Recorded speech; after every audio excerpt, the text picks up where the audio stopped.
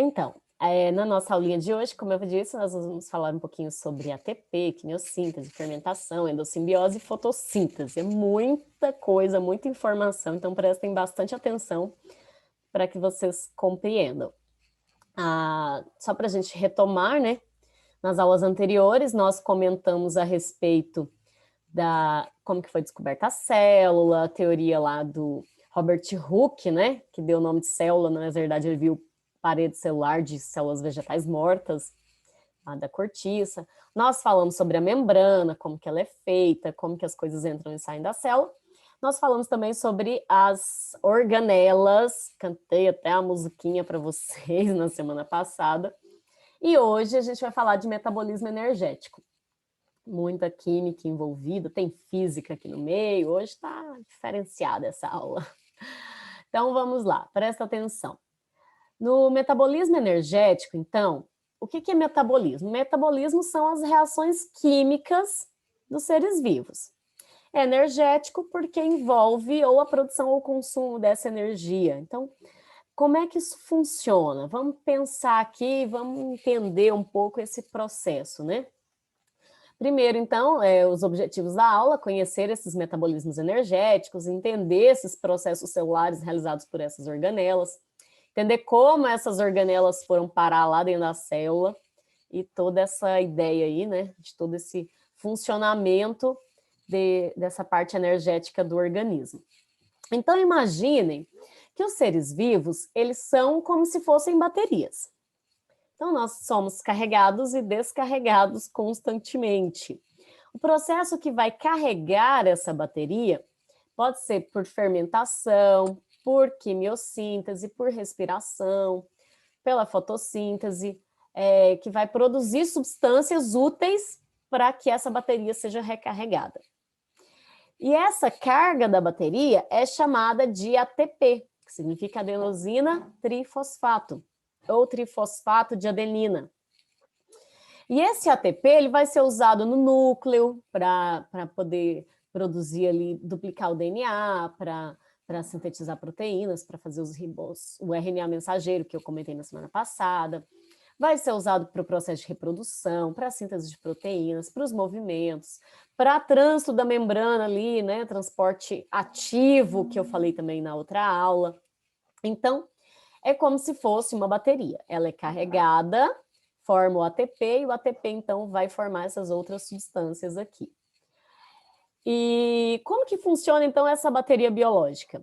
Ela é dessa seguinte maneira aqui, ó. O ATP, que é adenosina trifosfato, é formado por uma adenina, uma ribose e 3 fosfatos. Isso aqui é a nossa bateria carregada. Quando a gente vai consumir a energia, há uma quebra aqui desse fosfato, e eu vou ter agora, então, 2 fosfatos. Então, passa a se chamar adenosina difosfato. E isso é um ciclo. Eu tenho aqui, ó, a minha molécula orgânica, que é, por exemplo, uma glicose. Vai acontecer a liberação da energia numa reação de quebra, e aí o ADP vai pegar aquele fosfato que estava faltando e vai formar um ATP com energia. Durante o nosso metabolismo, a gente consome essa energia numa reação aqui de síntese, molécula já disponível na célula, vai liberar essa energia, e aí eu vou ter, então, a formação do ADP novamente. Então, vamos lá. O ADP, adenosina difosfato, é a molécula descarregada, que vai receber esse fosfato que está faltando, fosfato inorgânico, e formar o ATP, molécula carregada de energia. O ATP vai liberar esse fosfato, liberando energia para a molécula, para a reação química, e forma o ADP de novo. E nisso vai acontecendo esse ciclo através dessas reações exorgônica e endergônica. Bom, continuando aqui. Então, é feito o frete, além disso, né? É feito o frete do H+. Como assim, frete do H+? Durante várias reações químicas, nós precisamos desses íons, desse H+, desse cátion.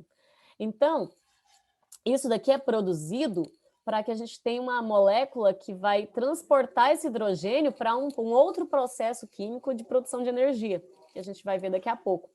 Então, tem, por exemplo, o NAD formando NADH, o NADP formando NADPH, o FAD formando FADH2.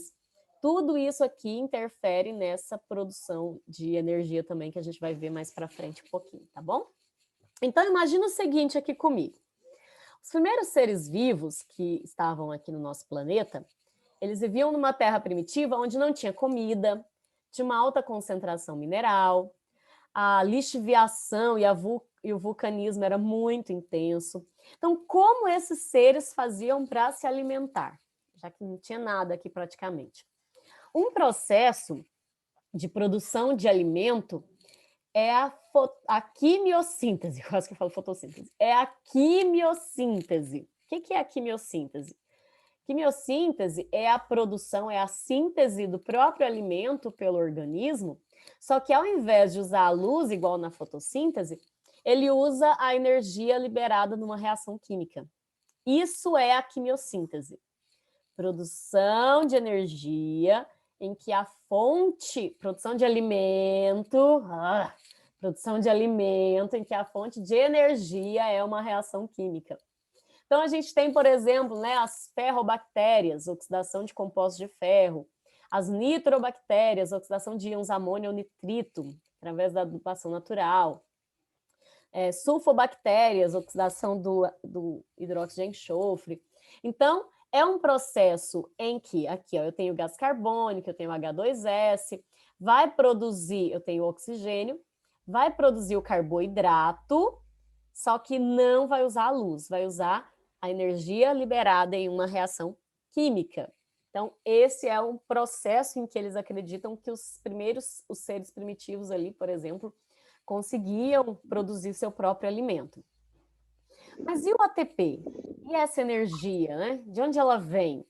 Existem dois processos de produção de ATP. Existe a fermentação e existe a respiração celular.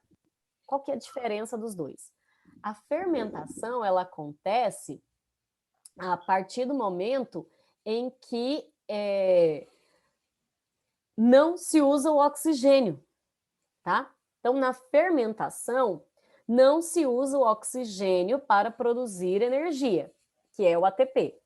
Na respiração celular, usa o oxigênio para produzir energia, para produzir ATP. A respiração celular é um assunto que a gente vai falar depois numa outra aula. Mas hoje eu quero que vocês entendam que a diferença entre fermentação e respiração celular, os dois são processos em que produz ATP. A diferença é que a fermentação é sem oxigênio e a respiração celular é com oxigênio. Detalhe, respiração celular produz uma quantidade muito maior de energia do que através da fermentação, tá? Então, a fermentação, ela pode ser lática, acética ou alcoólica. Fermentação lática produz o ácido lático, que é o caso, por exemplo, de queijos e iogurtes. Fermentação acética, o ácido acético, que é o caso, por exemplo, do vinagre.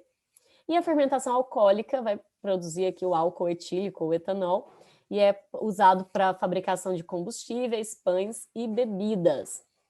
Então, como que funciona a fermentação alcoólica? Olha só, eu tenho uma glicose, aqui com os meus 6 carbonos. O primeiro passo para acontecer a fermentação, que também é comum à respiração celular, também é a primeira etapa da respiração celular, é a glicólise. Já falei um monte de vezes para vocês, a palavra lise significa quebra, quebra da glicose. Ela vai ser quebrada e vai formar 2 moléculas de piruvato, que tem 3 carbonos cada. E nesse processo libera ATP e vai reagir aqui com o NADH. E aí, esse piruvato, ele vai liberar gás carbônico, e no momento em que ele libera gás carbônico, reage aqui formando esse cátion, o NADH, ele vai produzir 2 moléculas de álcool etílico, que é o etanol, com 2 carbonos cada. Isso aqui acontece, gente, igual eu falei para vocês, para a fabricação de combustível, de pães e de álcool. Como é que é a fabricação de um pão? Por que a gente usa isso aqui no pão? Usa para o pão crescer.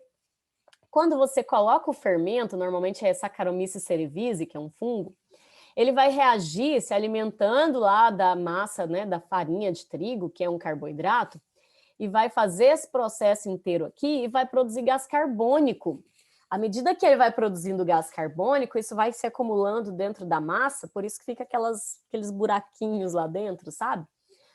Por isso que o pão cresce. Então, é graças à fermentação alcoólica, geralmente pelo fungo Saccharomyces cerevisiae, que vai liberando gás carbônico, vai acumulando lá dentro e fica aqueles buraquinhos. E ele libera álcool também. Aí você pensa assim, nossa, então eu vou ficar bêbado se eu comer muito pão? Não, gente, não vai. Primeiro, por quê? A concentração de álcool é muito pequena e quando você assa o pão, o álcool evapora também, então podem comer pão tranquilamente. Já na fermentação lática, a gente tem então aqui a glicose, que também vai sofrer a glicólise, 2 ATPs, o processo é muito parecido, a diferença é que as minhas 2 moléculas de piruvato vão formar ácido lático. E é interessante que esse processo aqui, que é usado para a fabricação de queijos, de iogurtes, ele acontece também nos nossos músculos. Quando a gente está em repouso, o ATP, ele é quebrado aqui, formou o ADP e o fosfato, a creatina ligou com o fosfato, formou a creatina fosfato, e aqui o músculo contraído, né? O ADP mais fosfato vai produzir ATP para ser usado na contração desse músculo.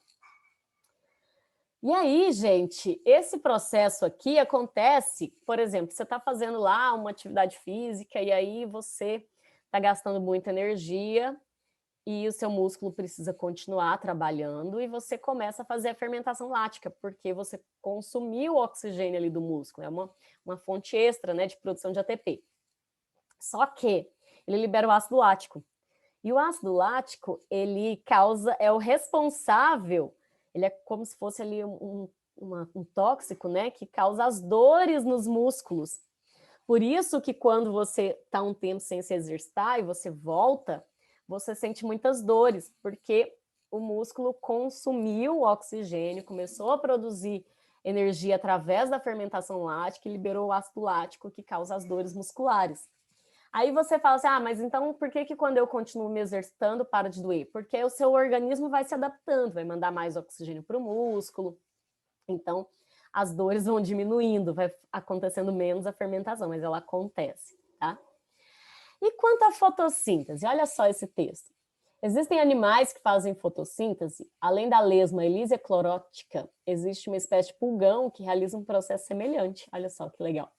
Quando os pesquisadores mediram os níveis de ATP dos afídeos, responsável pela transferência de energia em seres vivos, os resultados foram marcantes. Os insetos verdes, com alto nível de carotenoides, eles produzem significativamente mais ATP que os brancos, que são quase destituídos desse pigmento. Então, entrando nessa parte aqui da endossimbiose, da fotossíntese, o que a gente quer entender aqui, né? Como que acontece a endossimbiose e o que é essa fotossíntese, como que ela funciona, quais são suas fases. Bom, a endossimbiose, ela é uma teoria, eu até comentei dela na aula da semana passada, em que diz o seguinte, que existiam as células eucarióticas iniciais, que não faziam fotossíntese nem respiração celular, se alimentava do que tinha ali no meio. E aí, separadamente, tinha uma bactéria aeróbia heterotrófica que conseguia produzir ATP usando o oxigênio. Essa bactéria teria entrado aqui na célula por um processo de simbiose mutualístico, ou seja, uma passou a ajudar a outra, e teria dado origem às mitocôndrias. Num outro processo, essa mesma célula aqui, com as mitocôndrias, teria sofrido um segundo evento de endossimbiose, onde uma cianobactéria, que eram células eucarióticas fotossintetizantes, né, que eram precursoras, né, das células fotossintetizantes, ou seja, conseguiam produzir seu próprio alimento, também teria entrado aqui nessa célula, e ao invés dela ser destruída, elas começaram a se ajudar. Essa aqui de cima, que entrou só a mitocôndria, teria originado os protistas, fungos e animais, e essa aqui de baixo, que entrou tanto a mitocôndria quanto o cloroplasto, já vamos chamar assim, né? teria originado alguns protistas, que são as algas e as plantas. É uma teoria, claro, né? A gente não sabe se aconteceu de verdade, mas existem algumas características que dão suporte para essa teoria. Por exemplo, se você olhar aqui, só tinha uma membrana. Quando ela entrou, ela passa a ter 2 membranas. Cloroplasto, a mesma coisa. O que poderia ser explicado pelo processo ali de fagocitose dessa membrana, né? Que a membrana da célula envolve e leva para dentro dela. Então, tem 2 membranas. O DNA dos cloroplastos e das mitocôndrias são muito parecidos com o de algumas bactérias primitivas, né, de algumas cianobactérias. O seu processo ali de metabolismo é muito parecido. Então, é outra coisa também que dá suporte para essa ideia. E hoje, assim, com a evolução, com o passar dos anos, elas já não são mais da mesma forma quando elas teriam entrado na célula. Houveram eventos ali de transferência horizontal de genes daqui da célula, dos cloroplastos e das mitocôndrias foram para o núcleo, vice-versa, foram duplicados, perda de gene, então houveram algumas mudanças. Hoje ela não é totalmente independente, existem algumas proteínas que são produzidas pelo núcleo que ela precisa. Mas elas são organelas semi-independentes, têm DNA próprio, conseguem se autoduplicar, então é uma característica que dá força para essa teoria da endossimbiose. Mas e a fotossíntese? Como que foi o processo ali de entendimento, de estudo dessa fotossíntese? Olha só, gente, o que acontece aqui? Hoje a gente sabe como que é a reação da fotossíntese, os processos, mas foi muito estudo, muito tempo para chegar na teoria como ela é conhecida hoje. O Jean-Baptiste van Helmont, em 1630, por exemplo, ele fez um experimento onde ele colocou uma plantinha, né, em terra, numa campânula, e colocava água e mediu a massa da terra. E aí ele viu que a massa da terra não mudou, ou seja, a planta não estava absorvendo terra, ela estava absorvendo água. Foi um fato importantíssimo, em 1630.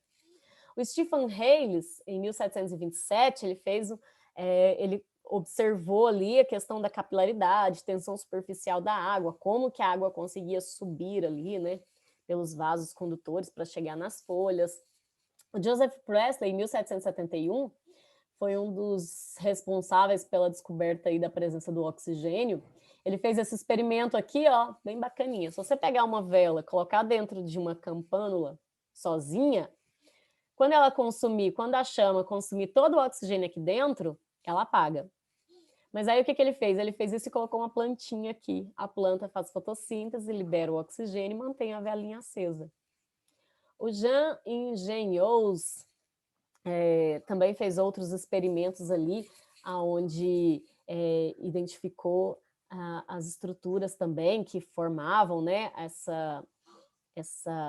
a fotossíntese, essa fórmula ali de oxigênio e de gás carbônico e água.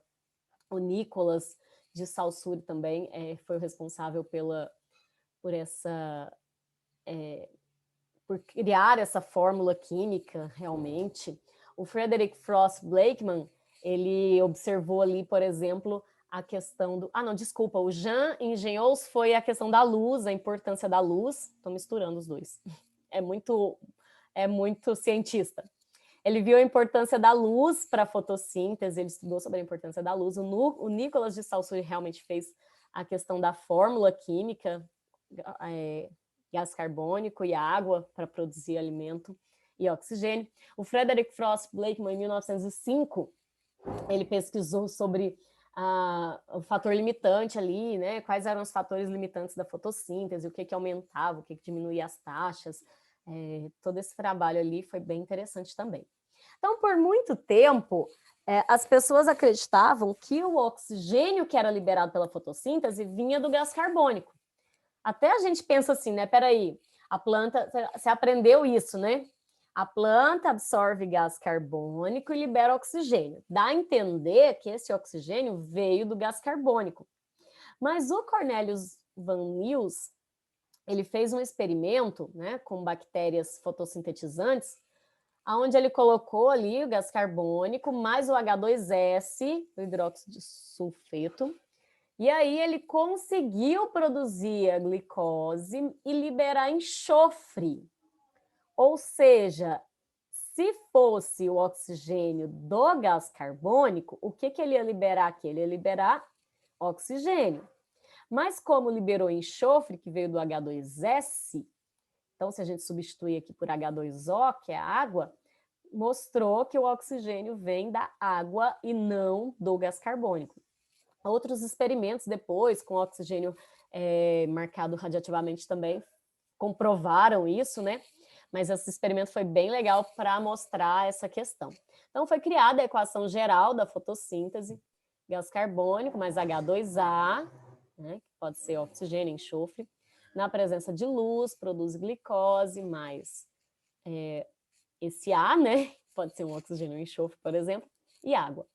E o Melvin Calvin e o Andrew Benson, em 1961, criaram o ciclo de Calvin-Benson, onde explica as reações químicas envolvidas ali na fase escura, que a gente vai ver agora também. Então, o cloroplasto é essa fábrica de combustível.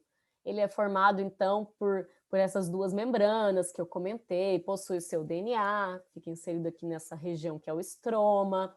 Ele tem aqui essas membranas internas aqui que formam esses tilacoides, membrana dos tilacoides das granas, conjunto dessas coisinhas redondinhas aqui é chamado de grânum.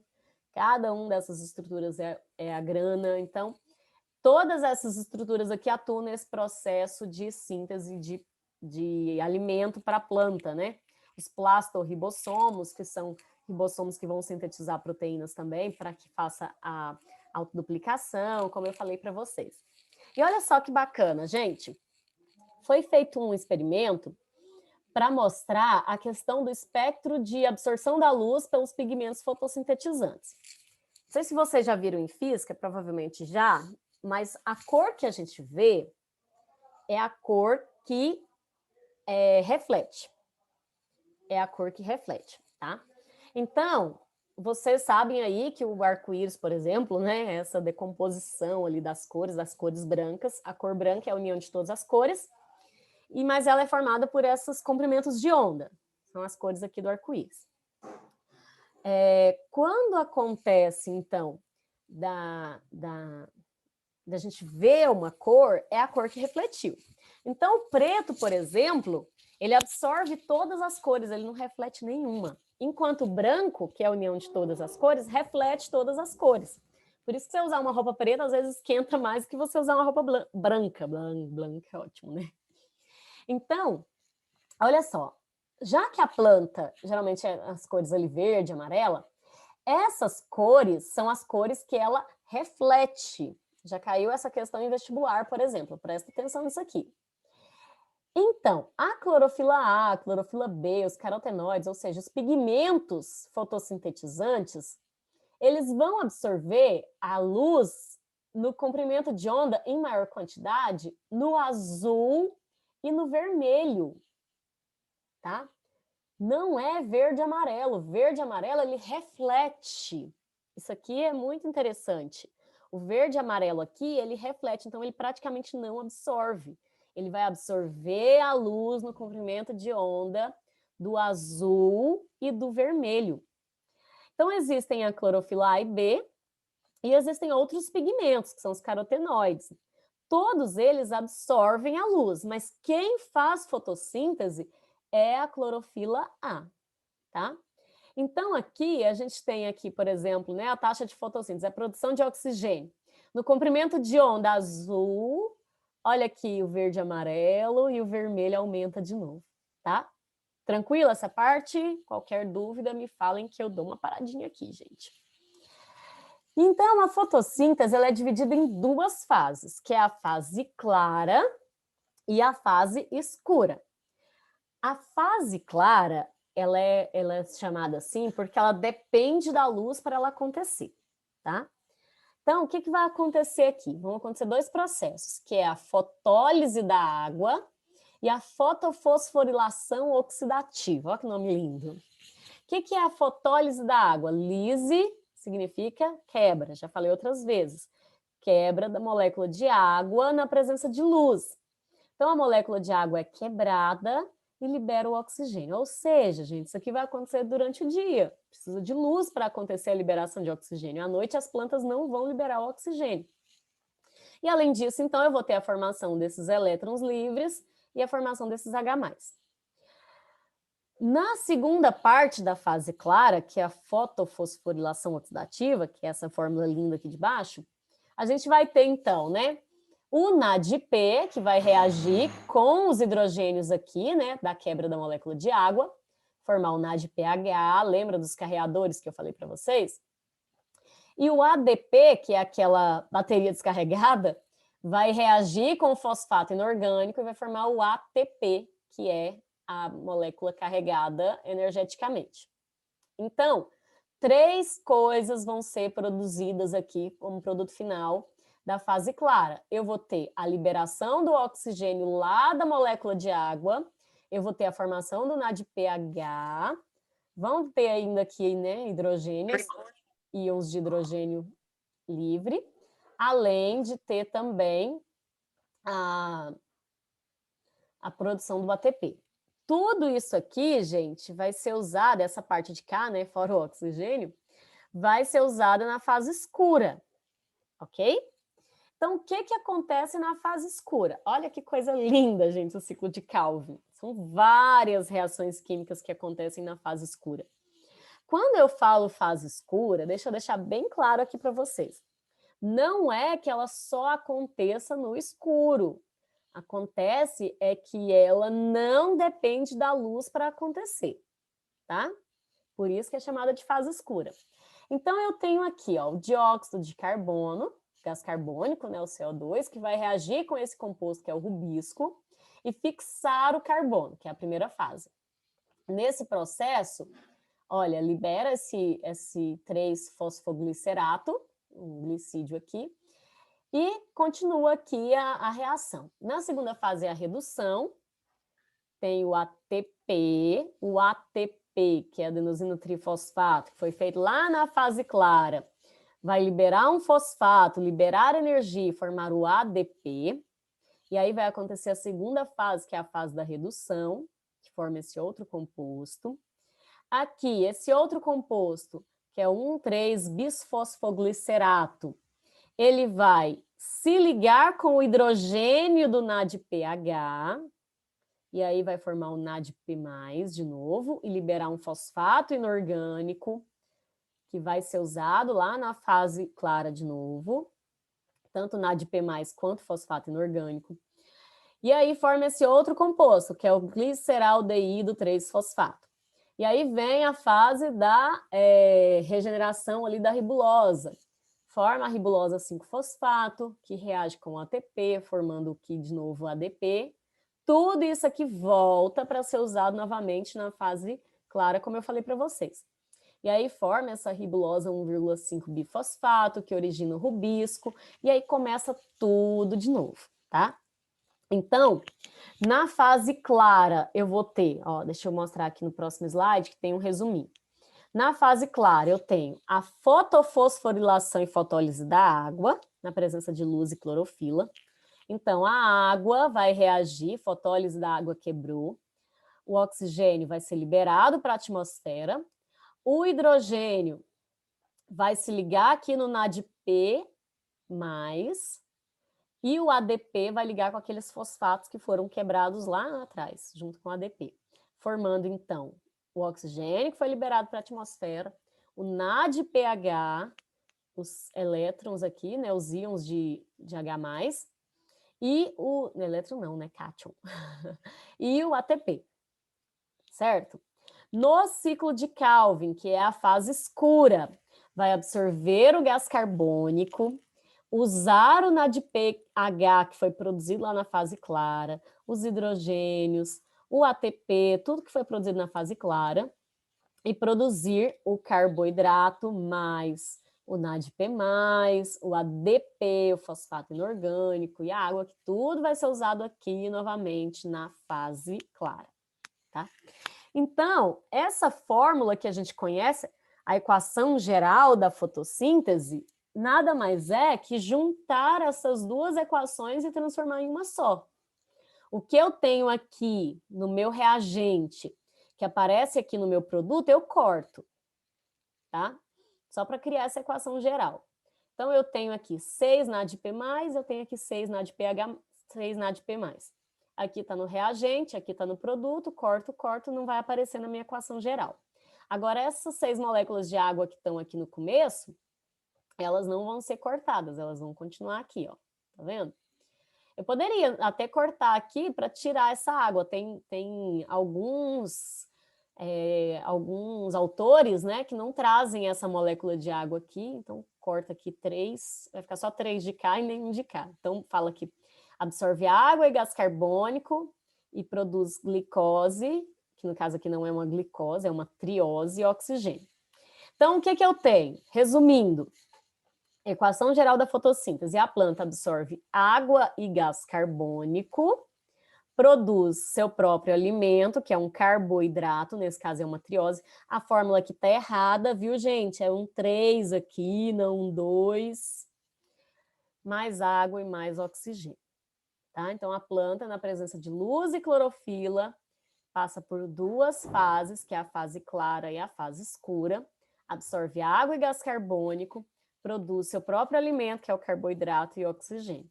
De modo que a água é quebrada, então, né, fotólise da água, e o oxigênio vem da água e não do gás carbônico. E era